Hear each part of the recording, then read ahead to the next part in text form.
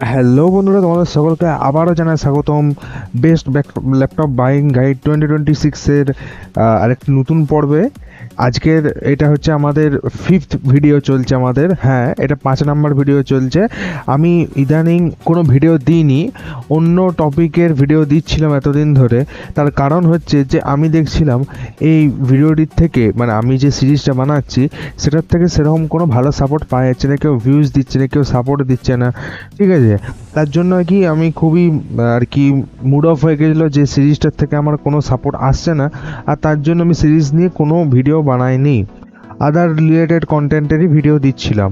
But আমার মনে হলো যে এখন যদি এই জিনিসটা আমি এরকম করি তাহলে প্রথমত আমার যে প্লেলিস্টটা ছিল সেটা একদম ইনকমপ্লিট রয়ে যাবে, প্লাস যেটুকু ভিউয়ার মানে 5-6 6জন 10জন যতজনই দেখেছে ভিডিওটা, তারা তো দেখেছে, কন্টিনিউ করেছে, তো তাদের ক্ষেত্রেও একটা আমার ইমেজ খারাপ হবে যে সেই আমার সেই সিরিজটা দেখে সে একটা ভরসাই ছিল, এবং আমি যদি এটা ডিসকন্টিনিউ করে দিই বা যদি কিছু না আনি বা এই সিরিজটা যদি কমপ্লিট না করি, তো সেক্ষেত্রে আর কি তাদের খুবই হার্ট লাগবে, মানে খারাপ লাগবে যে আমি এই ইনকমপ্লিট রেখে দিলাম।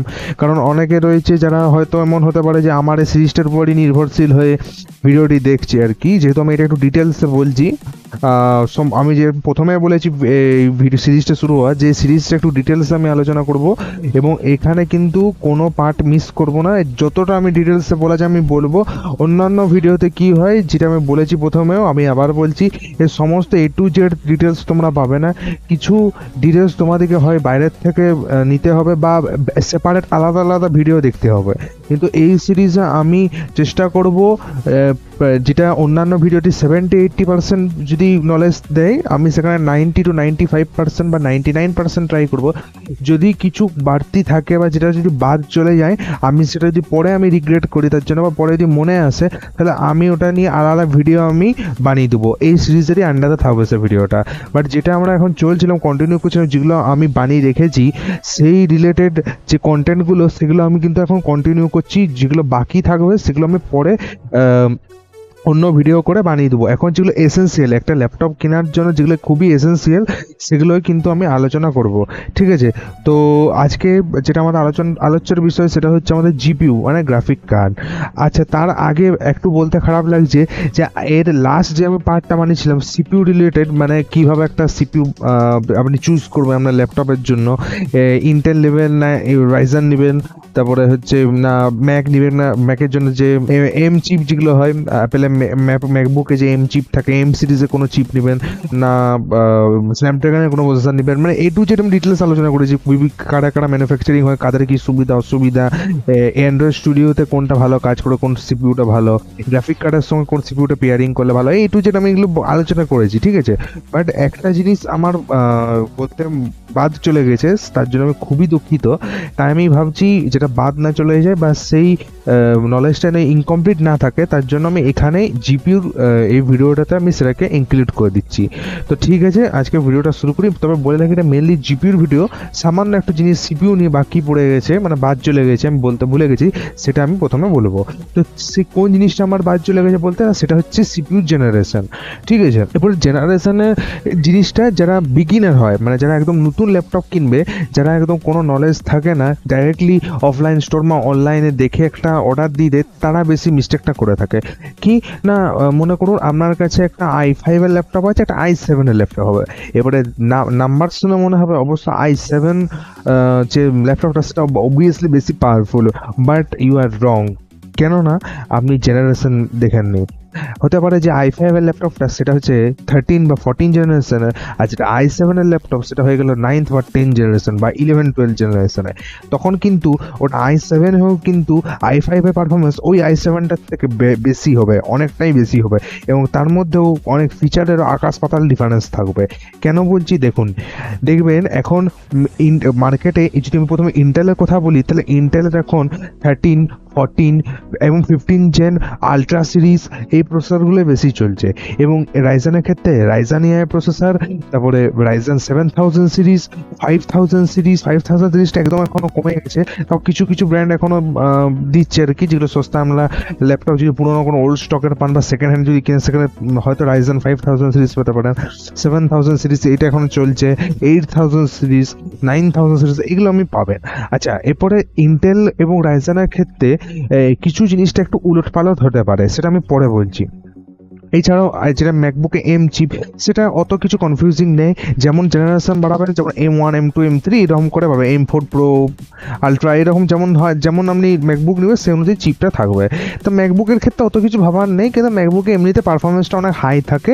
এবারে যেমন আপনি মডেল নেবেন সেই অনুযায়ী আপনার প্রসেসর তত পাওয়ারফুল হবে, এবং আর কি অত জেনারেশন নিয়ে অত আপনাকে ভাবতে হবে না।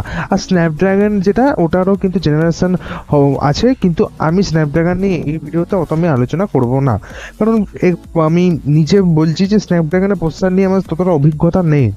ফার্স্টলি বলছি কারণ স্ন্যাপড্রাগনের প্রসেসর এই নতুন মার্কেটে এসছে, এবং স্ন্যাপড্রাগনের প্রসেসর যে আর্ম টেক্সচার আর্কিটেকচার ARM, সেটা আমার অতটা ইউজ করে না এবং অতটা ডিটেলস জ্ঞান নেই আমার, ঠিক আছে? তাই আমি ফালতু সময় নষ্ট করবো না ফালতু বুকে, ঠিক আছে? আমরা যদি স্ন্যাপড্রাগনের কোনো একটা প্রসেসর নিতে চাই এবং তার মধ্যে যদি কিছু জেনারেশন সম্পর্কে জানতে চাই, সেটা এখন ইউটিউব, গুগল, AI থেকেও জানতে পারেন। বাট মেনলি যেটা কনফিউজিং হয় আমাদের, সেটা নিয়ে আলোচনা করছি ইন্টেল আর AMDর মধ্যে। ইন্টেলে কি, ইন্টেলের দেখবেন যেগুলো মানে বিভিন্ন জেনারেশন যেগুলো এখন নতুন চললো, বললাম 13, 14, 15, এগুলোতে মনে করুন এটা আছে i7 এর 13 জেনারেশন, ঠিক আছে? এবং এটা আছে i5 এর 14 জেনারেশন, ঠিক আছে? তাহলে আমি কি বললাম যে i5 বা i7, এটা দেখুন না, জেনারেশনটা দেখুন। তাহলে এখানে স্বাভাবিক অবস্থাতে i5 যেটা, i5 এর যেটা 14 জেনারেশন, সেটা i7 এর 13 জেনারেশন, বা একটা i5 এর 13 জেনারেশন, বা একটা i7 এর 12 জেনারেশন। অবভিয়াসলি যার জেনারেশনটা বেশি হবে তার পাওয়ারটা বেশি হবে, সেটা i5 হোক, i7 হোক, i9 হোক, যেই হোক, ঠিক আছে? এটা i9 10 জেনারেশন বা i9 8 জেনারেশনের পারফরমেন্স কিন্তু একটা ইন্টেলের i5 বা i7 13 14 জেনারেশন থেকে কমই হবে, কারণ জেনারেশনটা অনেকটাই পুরনো। কিন্তু AMDর ক্ষেত্রে, মানে রাইজেন যেটা, সেটার ক্ষেত্রে একটু আপনাদেরকে নাম্বারগুলো খেয়াল রাখতে হবে। এটা আমার মাথাতেও ঠিক থাকে না, তার জন্য আমি গুগল বা AI সহায়তা নিই। কি না, অনেক সময় দেখবেন মনে করুন রাইজেন 7 7445HS, 7235 যাই হোক নাম্বার হোক, H এরকম আছে। এরপরে সেম আবার রাইজেন 7 মনে করুন আরেকটা প্রসেসর রয়েছে সেম অন্য কোনো ল্যাপটপে। এবারে মনে হয় আমরা কনফিউশন, ওটাও 7 এটাও 7, কিন্তু প্র্যাকটিক্যালি যদি দেখতে চান, কোনো ইউটিউবার বলছে যে যেটা 7.3 সেটা পাওয়ার বেশি, কিন্তু যেটা 7.4 ওটা পাওয়ারটা কম। এটা কিন্তু হতে পারে, কারণ এই রাইজেনের যে প্রসেসরের যে নাম্বারিংটা, সেটা কিন্তু অনেক সময় এরকম ভ্যারি করে। সব ক্ষেত্রে বলছি না, কিছু কিছু ল্যাপটপ আমি দেখেছি যেগুলো নাম্বারিং, রাইজেন যে প্রসেসর আছে রাইজেন 5 বা রাইজেন 7, সেগুলোতে নাম্বারিং কম বেশি হলেও কিন্তু যেটা কম সেটা হয়তো বেশি পারফরমেন্স দিল, এবং যেটা নাম্বারটা বেশি সেটা কম পারফরমেন্স দিল, হতে পারে। কিন্তু যে জেনারেশন বললাম সেটা কিন্তু এক ইন্টেলের মতোই, এটা বুঝতে হবে। ইন্টেল জেনারেশনের যে জিনিসটা বললাম ওটা কিন্তু একই, মানে একটা রাইজেন 5 7000 সিরিজ আর একটা রাইজেন 7 5000 সিরিজ, তাহলে রাইজেন 5 7000 সিরিজ যেটা, সেটা কিন্তু বেশি পাওয়ারফুল, ঠিক আছে? কিন্তু কি বলছি যে সেম জেনারেশনের যদি রাইজেন 5 বা রাইজেন 7 7000, দুটোই 7000 সিরিজ, কিন্তু একটা মনে করুন 7.4 আছে 3.5, একটা আছে 7.3.5, মানে এরকম দুই ধরুন থাকে। উদাহরণস্বরূপ দিচ্ছি, আমি পুরোপুরি কারেক্ট বলতে পারবো না, আমার নিজেরই মনে থাকে না অনেক সময়। তো দেখা গেল যে 7.3 যেটা, ওটা পাওয়ারটা অনেক বেশি 7.4 থেকে, বা একটু ভালো পারফরমেন্স দিল, মাল্টি কোর পারফরমেন্স বেশি বা সিঙ্গেল কোর পারফরমেন্স বেশি দিচ্ছে। তো সেই জিনিসটা যাতে চুজের সময় যাতে কোনো ভুল না হয়, তার জন্য আমরা গুগল করে দেখে নেবেন। যদি পার্টিকুলার রাইজেনই নিচ্ছেন, ইন্টেলের ক্ষেত্রে কনফিউজিং আসবেন না। ইন্টেলে একদম সিম্পল, শুধু জেনারেশনটা দেখবেন, যার জেনারেশন যত হাই হবে তত কিন্তু সিপিইউটা বেশি পাওয়ারফুল হবে, এবং জেনারেশন যত পুরনো হয় তাহলে নাম্বারটা ভ্যারি করে না, সেটা i5 হোক i7 হোক, জেনারেশন কিন্তু যত আপে যাবে পারফরমেন্স বেশি পাবেন, পুরোনো জেনারেশন হলে পারফরমেন্স কম পাবে। আর রাইজেনের ক্ষেত্রে সেম, রাইজেন 5 যে পারফরমেন্স দিচ্ছে রাইজেন 7 তার থেকে বেশি দিবে, 8000 সিরিজ আরেকটু বেশি দিবে, ঠিক আছে? এরকম কিন্তু যে একই সিরিজের যে নাম্বারিংগুলো, মানে রাইজেন 7 7435, রাইজেন 7 7335, দুটোই 7000 সিরিজেরই প্রসেসর, বাট দুটোর মধ্যে কিন্তু পারফরমেন্সের 19-20 নয়, 30-20% ডিফারেন্স থাকে। মাল্টি কোর, সিঙ্গেল কোর বা ইন্টিগ্রেটেড গ্রাফিক্স যাই বলুন না কেন, পারফরমেন্সে ডিফারেন্স পাবে। তো এই জিনিস যারা রাইজানই মেনলি নেবেন, রাইজানেরই প্রসেসর নেবেন, তারা কিন্তু এই জিনিসটা একটু খেয়াল রাখবেন। ঠিক আছে, এইটুকুই ছিল যেটা আমি বলতে ভুলে গেছিলাম আগের পার্টে, যে সিপিইউ জেনারেশনটা কিন্তু ম্যাটার করে, শুধু নাম্বার দেখলে হবে না। i5, i7, Ryzen 5, Ryzen 7, এটা কিন্তু ভুল একদমই করবেন না, এটা আমি তাই বলে নিলাম। এবারে চলে আসে আজকে যেটা মূল টপিক, যেটা আজকে মেন ভিডিও, সেটা হচ্ছে জিপিইউটা নিয়ে। আচ্ছা, ল্যাপটপ যারা নেবে এখানে, সেখানে দু ধরনের ইউজার রয়েছে জিপিইউর ক্ষেত্রে বলছি। এক ধরনের ইউজার হয় যার জন্য একটা সাপোর্টেড গ্রাফিক কার্ড থাকলেই হচ্ছে। এবার সাপোর্টেড গ্রাফিক কার্ড মানে কি? সাপোর্টেড গ্রাফিক কার্ড মানে হচ্ছে ইন্টিগ্রেটেড যে গ্রাফিক্সগুলো, ইন্টেলের ইউএসডি গ্রাফিক্স বা এমডি রেডিয়ন গ্রাফিক্স, এগুলো যেগুলো ইন্টিগ্রেটেড জিপিইউ হয়। ইন্টিগ্রেটেড মানে কি, যে সিপিইউর সঙ্গেই ও গ্রাফিক কার্ড দেওয়া থাকবে। মানে ছোটোখাটো যে টাস্কগুলো, যেমন ছোটো নর্মাল যদি 1080p বা 720p এডিটিং করতে চান, ছোটোখাটো যদি গেম খেলতে চান, GTA 5 যদি 720p বা 1080p লো সেটিংসে বা মিডিয়াম সেটিংসে খেলতে চান, তাহলে যে এখনকার যে মডার্ন ইন্টিগ্রেটেড জিপিইউগুলো, ইন্টেল ইউএসডি গ্রাফিক্স বা এএমডি রেডিয়ন গ্রাফিক্স, যথেষ্ট কিন্তু এইগুলো কিন্তু কাজ হয়ে যাবে। এই ইন্টিগ্রেটেড জিপিইউ কাদের জন্য? যারা অফিস কাজ বেশি করে, বা ল্যাপটপের জিপিইউর স্টুডেন্টদের ক্ষেত্রে প্রযোজ্য, যারা বেশি কোডিং করে, ল্যাপটপের বেশি জিপিইউর কোনো কাজ নেই, বা এআইএমএল, আর্টিফিশিয়াল ইন্টেলিজেন্স বা মেশিন লার্নিং নিয়ে পড়বে না, তাদের জন্য কিন্তু জিপিইউটা অত ম্যাটার করে না। এখন ক্লাউড সার্ভিস যে জিপিইউগুলো, ওখান থেকে অনেকে কাজ করে নিচ্ছে। ঠিক আছে, তাহলে এখানে এই জিনিসটা একটু ম্যাটার করে, যে জিপিইউটা আপনার লাগবে কি লাগবে না। আগে আপনাদেরকে বুঝতে হবে যে আপনি কি জিপিইউ লাগবে কি লাগবে না। মানে ধরুন আপনি একটা এমন ল্যাপটপ নিচ্ছেন, মানে আপনার যেটা ব্যবহার ইউজেজ, সেই ল্যাপটপে ধরুন আপনি কোনোদিন ভিডিও এডিটিং করবেন না, বা কোনোদিন গেমিং করবেন না, স্ট্রিমিং করবেন না, বা এআইএমএল নিয়ে পড়াশোনা যদি না করে থাকেন, একদম আপনি ধরুন মনে করে নিটের প্রিপারেশন নিচ্ছেন বা ডাক্তারি লাইনে নিয়ে পড়তে চান, তাহলে আপনি গ্রাফিক কার্ড নিয়ে কী হবে? একটা নর্মাল ল্যাপটপ নিলে হবে, এবং ইন্টিগ্রেটেড একটা জিপিইউ থাকলেই হচ্ছে, ইউএসডি গ্রাফিক্স বা রেডিয়ন গ্রাফিক্স, তাহলে যথেষ্ট। আমাদেরকে আলাদা করে গ্রাফিক কার্ড নেওয়ার দরকার নেই। এবারে গ্রাফিক কার্ড থাকা না থাকারও কিছু বেনিফিট রয়েছে। যদি গ্রাফিক কার্ড থাকে, তাহলে আপনি যে কোনো GPU intensive task, AIML, AI model training, হ্যাঁ, এগুলো কিন্তু করতে পারবেন ইজিলি, গেমিং এগুলো করা যাবে। কিন্তু তার সঙ্গে সঙ্গে ল্যাপটপের ওয়েটটাও কিন্তু অনেক বেড়ে যাবে। এবারে কিছু কিছু ল্যাপটপ দেখবেন যেগুলোতে এনভিডিআর গ্রাফিক্স থাকে, কিন্তু সেগুলো হয়তো 2 GB বা 4 GB এরকম থাকে, এবং সেগুলো পাতলা হয়, কেননা ওই জিপিইউগুলো অত বেশি পাওয়ারফুল হয় না, সেখানে বেশি কুডাকোর থাকে না, ভির্যাম থাকে না, একদম নর্মাল সাপোর্টেড জিপিইউ, মানে একটা বলে না সাপোর্ট দেওয়ার জন্য, সিপিইউটাকে গ্রাফিক ইন্টেন্সিভ কাজ যাতে না করতে হয়, অন্য কাজে সে যেত মানে নিজের পাওয়ারটাকে পুশ করতে পারে, তার জন্য আর কি একটা সাপোর্টেড জিপিইউ দেওয়া থাকে। গেমিংয়ের সময় যাতে সিপিইউটা নিজের কাজ করে এবং জিপিইউটা আলাদাভাবে কাজ করে, তার জন্য একটা সাপোর্টেড জিপিইউ দরকার হয়। তার জন্য কি হয়, একটা খুবই ছোট লেভেলের গ্রাফিক কার্ড 2 GB বা 4 GB ভির্যাম দেওয়া, অথবা ইন্টিগ্রেটেড জিপিইউটাকে একটু মোটামুটি 2 GB ভির্যাম দেওয়া বা 4 GB ভির্যাম দিয়ে বানিয়ে কোম্পানি ল্যাপটপে লঞ্চ করে। ঠিক আছে, তাহলে আগে জেনে নিতে হবে যে আপনি কোনো থিন অ্যান্ড লাইট ল্যাপটপ চান, যার ব্যাটারি ব্যাকআপ বেশি যেন থাকে, ঠিক আছে, বেশি যেন ভারী না হয়, তার জন্য কিন্তু গ্রাফিক কার্ড দিয়ে ল্যাপটপ একদম ভুল করে তাকাবেন না। কারণ গ্রাফিক কার্ড দিয়ে ল্যাপটপের ওয়েট শুধু ল্যাপটপটারই 2.5 থেকে 3 কেজি হয়। তারপরে তার সঙ্গে মোটা একটা বড় অ্যাডাপ্টারও ক্যারি করতে হবে, যার ওয়েটও মোটামুটি 1 কেজি প্লাস। তাহলে দুটো যদি টোটাল করি, তাহলে মোটামুটি 3.5 কেজি প্লাস বা 4 কেজির মতো কিন্তু ওয়েট ক্যারি করতে হবে। যদি আপনি বেশি কলেজে যান অথবা বেশি ট্রাভেলিং করেন, সেক্ষেত্রে কিন্তু খুবই কষ্টদায়ক একটা জিনিস হবে।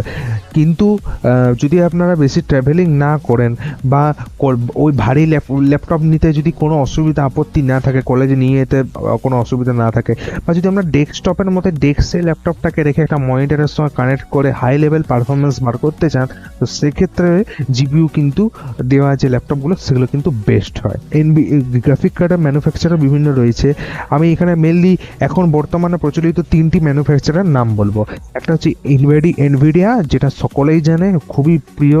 মানে গ্রাফিক কার্ডের দুনিয়ায় যদি ল্যাপটপ কম্পিউটার নিয়ে যদি সামান্য কারো জ্ঞান থাকে, তাহলে সে এনভিডিয়ার নাম কিন্তু অবশ্যই শুনেছে। ঠিক আছে, এনভিডিয়া অনেক আগে থেকে গ্রাফিক কার্ডের যে মার্কেটটা, সেটা লিড করছে, এবং ইন্ডিয়াতে খুবই মানে লার্জ অ্যামাউন্ট অফ যে জিপিইউ ইউজার রয়েছে সেটা কিন্তু এনভিডিয়াতেই রয়েছে।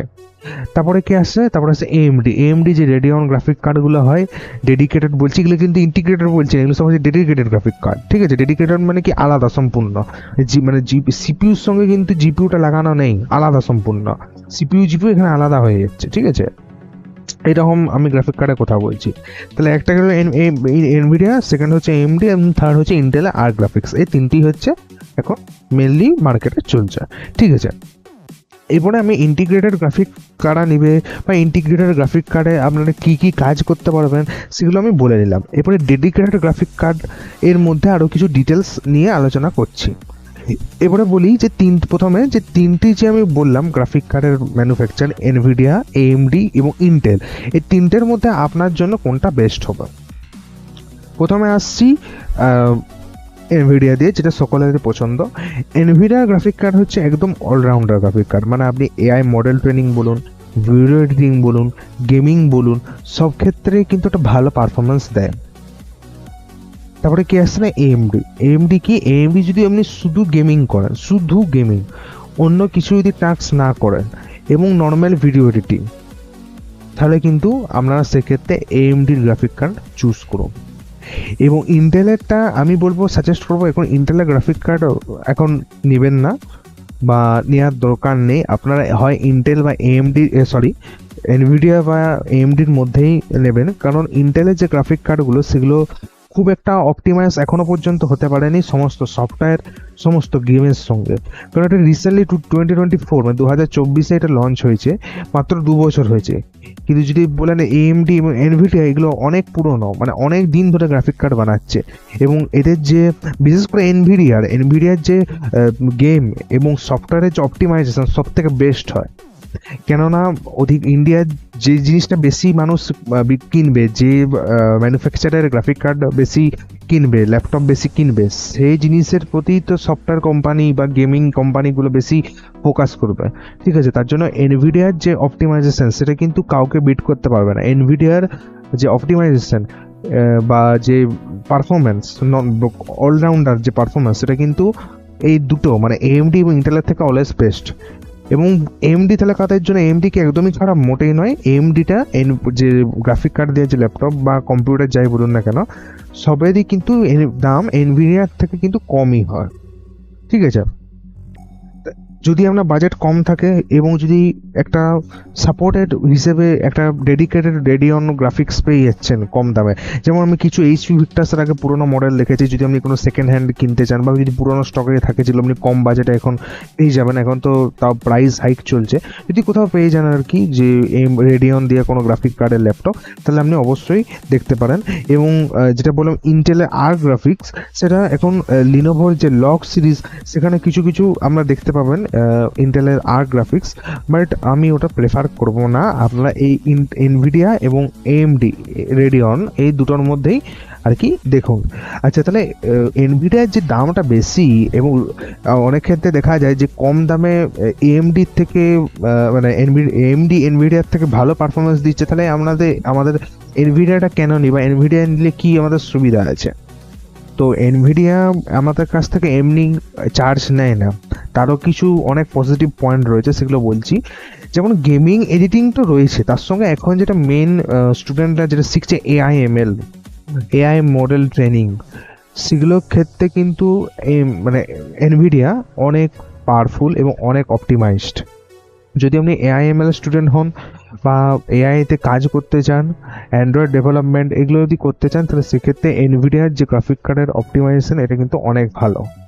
এবারে এনভিডিয়ার বলুন আরটিএক্স সিরিজটা এখন ল্যাপটপে বেশি দেখা যায়।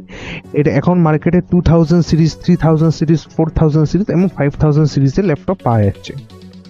তবে এখন বর্তমানে দাঁড়িয়ে আমি বলবো 2000 সিরিজ মানে RTX 2050, 2060 এগুলো কিন্তু এখন নেবেন না, এটা অনেক পুরনো হয়ে গেছে। কমসে কম স্টার্টিং RTX 3050 6GB VRAM দিয়ে করবেন, এর উপরে 3060, 4050, 4060 6GB VRAM, মানে কম করে VRAM যেটা ভার্চুয়াল র্যাম, সেটা মোটা কম করে 6GB নেবেন, 4GB কিন্তু নেবেন না, 6GB নেবেন। এবং 2050 তারাই নেবেন, 2054GB তারাই নেবেন যাদের খুব কম দামে, কম বাজেটে, আন্ডার 60,000 60,000 বা 58,000 59,000-এ একটা ল্যাপটপ পেয়ে যাচ্ছেন, যেখানে ডেডিকেটেড একটা এনভিডিয়া জিপিইউ পেয়ে যাচ্ছে, এবং আপনার এনভিডিয়াটি জিপিইউ চাই কম বাজেটে, এবং আপনার RTX 2050-তেও আপনার কাজ হয়ে যাবে। আগে আপনারা অনলাইনে আপনার 2050 যে মডেলটা নিচ্ছেন ল্যাপটপে, সেটা এইচপি হোক, ডেল হোক, লিনোভো, আসুস, যে কোম্পানির নিন না কেন, এসার, তো তার বেঞ্চমার্কিংটাকে দেখে নেবেন। RTX 2050 4GB যে বেঞ্চমার্কিং, সেটা একবার দেখে নেবেন, তাহলে আপনার মোটামুটি আইডিয়া চলে আসবে যে আপনার লাগানো যে সফটওয়্যারগুলো বা আপনারা যে সফটওয়্যারগুলো ইউজ করবেন বা গেম খেলবেন, সেই গেমটা বা সফটওয়্যারটা সেখানে রান হবে কিনা, ঠিক আছে? তাহলে একটা ওভারঅল আইডিয়া চলে আসবে। আর যারা একদম কোনো এখন জ্ঞান নেই বা একটা মিডিয়াম রেঞ্জের যে স্টার্টিং এন্ট্রি লেভেলের একটা গ্রাফিক কার্ড নিতে চান ল্যাপটপের মধ্যে, তাহলে বলবো RTX 3050 6GB যেটা, সেটা দিয়ে স্টার্ট করবেন। তা এর উপরে 4050, 4060, 5050, 5060 এগুলো তো রয়েছে। এবারে এদের জেনারেশনের মধ্যেও কিন্তু অনেকটা আর কি ফিচারের ডিফারেন্স রয়েছে, ঠিক আছে? এখানে আমি ChatGPT-র মাধ্যমে আর কি পুরো যত RTX 2000 সিরিজ, 3000, 4000, 5000 সিরিজের মধ্যে কী কী ডিফারেন্সগুলো রয়েছে সেগুলো আমি লিখে দিয়েছি। আপনারা চাইলে এখানে স্ক্রিনশট নিতে পারেন অথবা একবার পড়েও নিতে পারেন, ঠিক আছে? এবং এগুলো অতটা ম্যাটার করে না, এগুলো আপনি চাইলে গুগল করলেও পেয়ে যেতে পারেন, ঠিক আছে? এদের মধ্যে বিশেষ কিছু গ্যাপ নেই, মেনলি হচ্ছে রে ট্রেসিং, তারপরে CUDA course, tensor course, DLSS support, এগুলো কিন্তু একটু জেনারেশন অনুযায়ী যত হাই লেভেলের যাবেন তত কিন্তু একটু আর কি মানে ভালো হবে। আর আমি কেন RTX 3000 সিরিজের ল্যাপটপ, কেন 2000 সিরিজের ল্যাপটপটা কেন বারণ করছি নিতে, তার কারণ হচ্ছে এটা দেখুন 2019-এ লঞ্চ হয়েছে, ঠিক আছে? 2019-এ লঞ্চ হয়েছে, মানে অনেক পুরনো হয়ে গেছে। 3000 সিরিজটা 5 বছর, এটাও পুরনো হয়ে গেছে, 5 বছর হয়ে গেছে।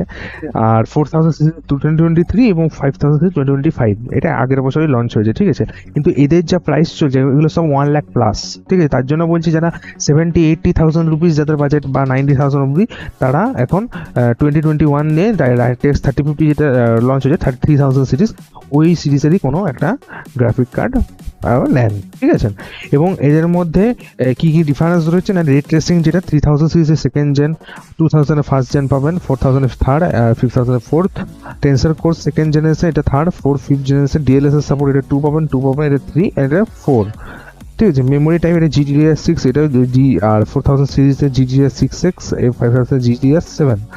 PCI সাপোর্টটা এখানে আমার 3000 সিরিজ একটু বেটার লেগেছে, কারণ দেখুন 3000 ও 4000 সিরিজে PCI 4 এর সাপোর্ট দিচ্ছে, যেটা একদম দুটোর ক্ষেত্রে একদম ব্যালেন্স দিয়েছে, ঠিক আছে? এবং তার জন্য আমি বললাম যে একদম ব্যালেন্স, যেটা অলরাউন্ডার এখন চলছে মার্কেটে RTX 3000 সিরিজের ল্যাপটপ। এরপরে বেটার হয় আপনি 4000 সিরিজও নিতে পারেন, ঠিক আছে? বাট যদি আপনার খুব বাজেট টাইট থাকে এবং একটা গ্রাফিক কার্ড মোটামুটি কাজের জন্য নিতে চান, যেখানে আমরা 1080p গেমিং এবং 4K লো লেভেলের মানে কম লেয়ারে এডিটিং শিখতে চান, বা যেগুলো আমাদের গ্রাফিক কার্ড ইন্টেন্সিভ যে কাজগুলো সেগুলো যাতে শিখতে চান, তার জন্য আপনার 3000 সিরিজের যে ল্যাপটপ, যে কোনো HP, ডেল, লিনোভো, আসুস, যে দেখবেন থার্মালসগুলো একটু ভালো আছে কিনা সেরকম দেখে 6GB VRAM 6GB VRAM দিয়ে RTX 3050 এটা কিন্তু আমরা প্রিফার করবেন, ঠিক আছে?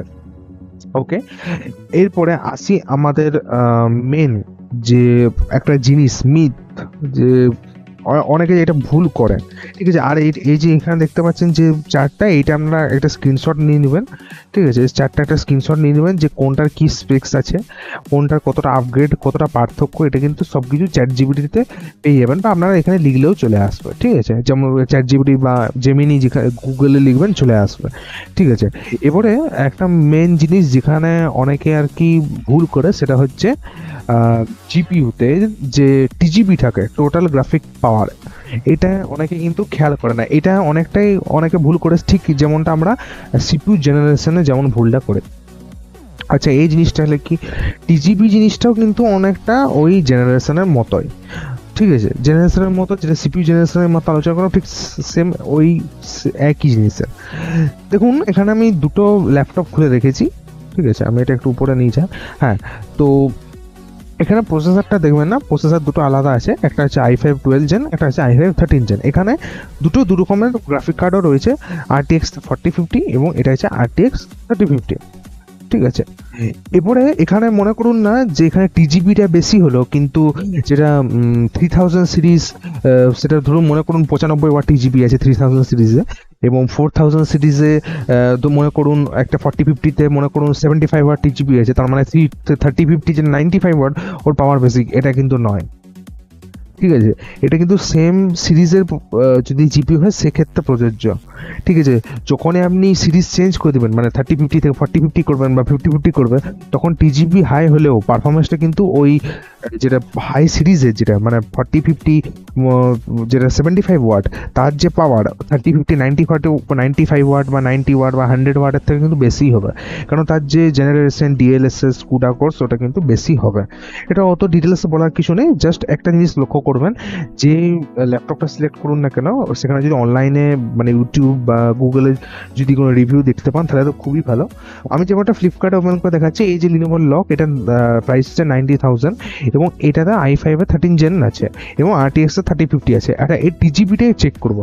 টিজিপিটা কি করে চেক করবো, না এখানে একটু নিচে স্ক্রল দেবো, এখানে দেখতে পাচ্ছেন স্পেসিফিকেশন, এর নিচে দেখতে পাচ্ছেন সি মোর, এখানে ক্লিক করবো।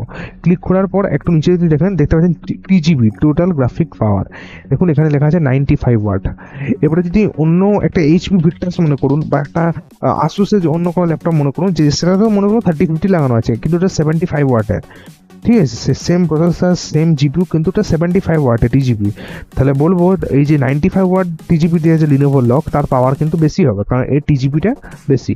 সেম প্রত্যেক সিরিজের ক্ষেত্রে প্রযোজ্য, 4000 সিরিজ 5000 সিরিজ, এটা যেমন 4050 আছে, এই টিজিপিটা চেক করার একই উপায়, নিজে স্ক্রল দিয়ে স্পেক্সে যাবো, সি মোডে ক্লিক করবো, একটু নিচে স্ক্রল দেবো, এখানে উপর দিকে যায় একটু, হ্যাঁ এখানে দেখা যায় টিজিপি দেখতে পাচ্ছ 105 ওয়াট, মানে এটা 105 ওয়াট টিজিপি আছে এই ল্যাপটপটাতে। ঠিক আছে, আপনি যদি ফ্লিপকার্টে না পান তাহলে আপনারা অফিসিয়াল ওয়েবসাইটে যে আপনার ল্যাপটপের যে মডেল নাম্বার, এই যে যেমন এটা মনে করুন লিখলেন গুগলে লিনোভো লক 15 IA X9 বা 15 IA X9 9D2 এরকম লিখে সার্চ করবেন, তাহলে যে লিনোভোর ওয়েবসাইটে যাবেন, ওখানে ওর অফিসিয়াল যে ড্রাইভার সাপোর্ট, ওখানে এই যেখানে ড্রাইভার ডাউনলোড করার বা ইউজার ম্যানুয়াল ডাউনলোড করার যে সেকশন, ওখানে যাবেন, ওখানে কিন্তু ডিটেলে সমস্ত স্পেক্স লেখা থাকবে। এছাড়াও যে ওর যে ইউজার ম্যানুয়াল সেটা ডাউনলোড করে নেবেন, ডাউনলোড করে ওই পিডিএফ আকারে যে ফাইলটা থাকবে পিডিএফটা ওপেন করবেন, ওখানে কিন্তু সমস্ত ডিটেলস দেওয়া থাকবে, গ্রাফিক কার্ডে কত টিজিপি, কত কুডা কোর, তারপরে কত ভির্যাম আছে, কত পাওয়ার যাবে, সমস্ত কিন্তু A to Z ওখানে লেখা থাকবে। তো এই জিনিসটা অবশ্যই দেখবেন যে টিজিপি ম্যাটার করে, গ্রাফিক কার্ডে যত হাই টিজিপি হবে তত কিন্তু পাওয়ারও বেশি হবে। এবং আরেকটা জিনিস যেটা আমি লাস্টে বলবো, এটা কিন্তু অত ডিটেলসে বলার কিছু নেই, আমাদের ভিডিও প্রায় শেষই হয়ে গেছে, যে এআই এর যুগে কোন জিপিইউটা নেওয়া বেস্ট। আমি বলবো এক কথায়, কোনো না তাকে এনভিডিয়ার জিপিইউ নিয়ে নাও, মানে এনভিডিয়ার জিপিইউতে এআই যে কুডা কোর, টেন্সর কোর বা মডেল ট্রেনিং এর যে কাজগুলো, এগুলো কিন্তু খুবই স্মুথলেসলি হয়ে যাবে এবং কোনো প্রবলেম আসবে না। এছাড়াও অলরাউন্ডার একটা জিপিইউ হচ্ছে এনভিডিয়ার জিপিইউ গুলো, ঠিক আছে। এবং যদি আমরা শুধু গেমিং করেন সেক্ষেত্রে বলবো এএমডি জিপিইউ নিন, এএমডি রিডং জিপিইউ নিন। আর যদি কিছু অপশন না থাকে বা যদি এমন কোনো জিপিইউ ইন্টেলের পেরেন যেটা ধরুন আপনার অন্য এএমডি বা এনভিডিয়ার থেকে ভালো পারফরমেন্স দিচ্ছে কম দামে, তাহলে আপনি তখন ইন্টেলের দিকে যাবেন, বাট এটা প্রেফার আমি করবো না। মেনলি দেখবেন 90% যারা আছে তারা এনভিডিয়ার জিপিইউ নেবে, এএমডির এবং ইন্টেলের জিপিইউ খুবই কম নেয়, সবাই এনভিডিয়ার জিপিইউ নেয় এবং আমিও প্রেফার করবো এনভিডিয়ার জিপিইউ নেওয়া। তো ঠিক আছে বন্ধুরা, আজকে পর্যন্ত তাহলে এতদূর থাকলো। আমি A to Z যতটা আমার সম্ভব হলো জিপিইউ নিয়ে আপনাদেরকে নলেজ দেওয়ার সমস্ত কিন্তু দিয়ে দিলাম। মেনলি আরেকবার ছোটো খাতে শর্ট করে যদি ডিসকাস করে নিই, তাহলে আপনার জিপিইউ চুজ করার সময় মেনলি 3টি ম্যানুফ্যাকচার পাবেন, একটা হচ্ছে এনভিডিয়া, একটা হচ্ছে এএমডি, একটা হচ্ছে ইন্টেল। নিজের প্রায়োরিটি ওয়াইজ আপনারা চেক করে নেবেন যে আপনার কোন ব্র্যান্ডের দিকে যাবেন। আচ্ছা, সেকেন্ড যদি বলি যে এখানে ইন্টিগ্রেটেড ডেডিকেটেড জিপিইউ যে ব্যাপারটা বললাম, ওটা একটু দেখে নেবেন যে আপনাদের ইন্টিগ্রেটেড জিপিইউতে যদি কাজ হয়ে যায় তাহলে স্লিম অ্যান্ড লাইট ল্যাপটপ হয়ে যাবে, তাহলে আপনার ক্যারি করতে সুবিধা হবে। ফালতু ভারী গেমিং ল্যাপটপ নেবেন ডেডিকেটেড জিপিইউ দিয়ে, যেটাতে আপনি জিপিইউর কোনো কাজ করবেন না, তাহলে বলবো সেক্ষেত্রে একটা খুবই মানে রং চয়েস হয়ে যাবে। কারণ যদি আপনি কোনোদিন ডেডিকেটেড জিপিইউটাকে অপটিমাইজ না করেন, মানে অপটিমাইজলি ইউজ না করেন, মানে ফুল পোটেনশিয়াল যদি ইউজই না করেন, তাহলে আপনার অত ভারী ল্যাপটপটা নিয়ে লাভই কী হয়, যে ডেডিকেটেড জিপিইউতে, তাহলে আপনার ইন্টিগ্রেটেড জিপিইউতে সে কাজটা হয়ে যাবে। তাহলে আগে এটা দেখবেন যে আপনার ইন্টিগ্রেটেড জিপিইউতে কাজ হবে না আপনাকে ডেডিকেটেড জিপিইউ নিতে হবে, ঠিক আছে। এই জিনিসটা একটু দেখবেন, খেয়াল রাখবেন। আচ্ছা, তারপরে আপনাদের দেখতে হবে টিজিবি, যে বিষয়টা বললাম, টিজিবি অলওয়েজ ম্যাটার করে। যত বেশি টিজিবি হবে, যত হাই পাওয়ারের টিজিবি হবে, তত কিন্তু গ্রাফিক কার্ডেরও পাওয়ারটা বাড়বে, ঠিক আছে। এবং লাস্ট যেটা বলছি যে এআইয়ের জন্য কোন জিপিইউটা ভালো, সেটা হচ্ছে অবভিয়াসলি এনভিডিয়া। এখন মার্কেট এনভিডিয়াই চলছে। তো ব্যাস আজকে পর্যন্ত এতদূরই থাকলো। আশা করি আজকে ভিডিওটি আপনাদেরকে ইনফরমেটিভ মনে হয়েছে। যদি আজকে ভিডিওটি ভালো লেগে থাকে অবশ্যই ভিডিওটিকে একটা লাইক দিয়ে দেবেন। চ্যানেল নতুন হয়ে থাকলে অবশ্যই চ্যানেলটিকে সাবস্ক্রাইব করে দেবেন এরকম কম্পিউটার রিলেটেড এবং ল্যাপটপ রিলেটেড টিপস এবং ট্রিক্স সবার আগে দেখার জন্য। তো দেখা হচ্ছে এর আরেক নতুন একটি পার্টে, যেখানে পরের ভিডিওতে আমরা আলোচনা করব ল্যাপটপের যে র্যাম, এসএসডি কি জেনারেশন, র্যামের কি জেনারেশন, কোন স্পিড কি, মেগাহার্টস কি, এগুলো নিয়ে আলোচনা করবো। র্যাম এক্সপ্যান্ডেবল M.2 2230 H2Z এগুলো আলোচনা করব। তো পরের ভিডিওর জন্য অপেক্ষা করুন। তাহলে আজকে পর্যন্ত এতই রইলো। আমি জলদি চেষ্টা করব যে র্যাম এবং এসএসডির যে ভিডিওটা সেটা আমি জলদি নিয়ে আসতে পারি। তো আজকে পর্যন্ত এতই থাকলো। শেষ পর্যন্ত দেখার জন্য ভিডিওটিকে অনেক অনেক ধন্যবাদ।